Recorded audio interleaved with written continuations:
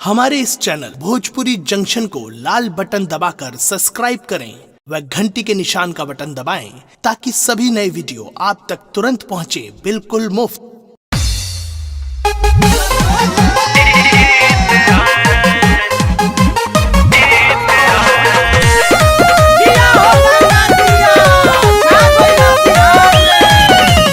Music by जय गुरु देवा। चाले अपनी है देखो नवाबी, ना ही हमें है कोई खराबी। ना मनबे हे मैडम, चाले अपनी है देखो नवाबी, ना ही हमें है कोई खराबी। अरे देखा है मैंने रोज तेरे जैसे बार में बैठ के पीते हैं। सुन ले, गोरखपुर के जीते हैं शिकार पर ही जीते हैं। गोरखपुर के जीते हैं शिकार पर ही जीते हैं। गोरखपुर के जीते हैं शिकार पर ही जीते हैं। शिकार पर ही जीते हैं।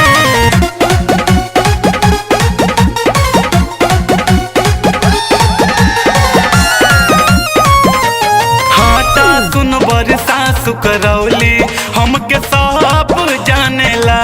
जानो तानी हम तोहरा के रोज रोड छानेला। कुसुमी पिपराइच ढाड़ा में छोटका भाई मानेला। जानो तानी हम तोहरा के रोज रोड छानेला।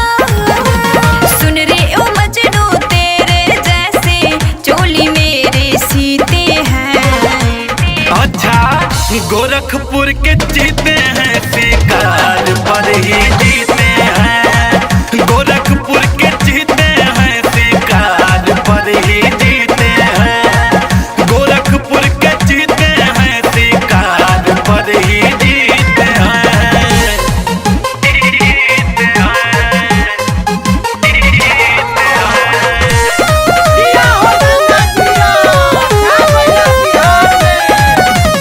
म्यूजिक बाय जय गुरु देवा।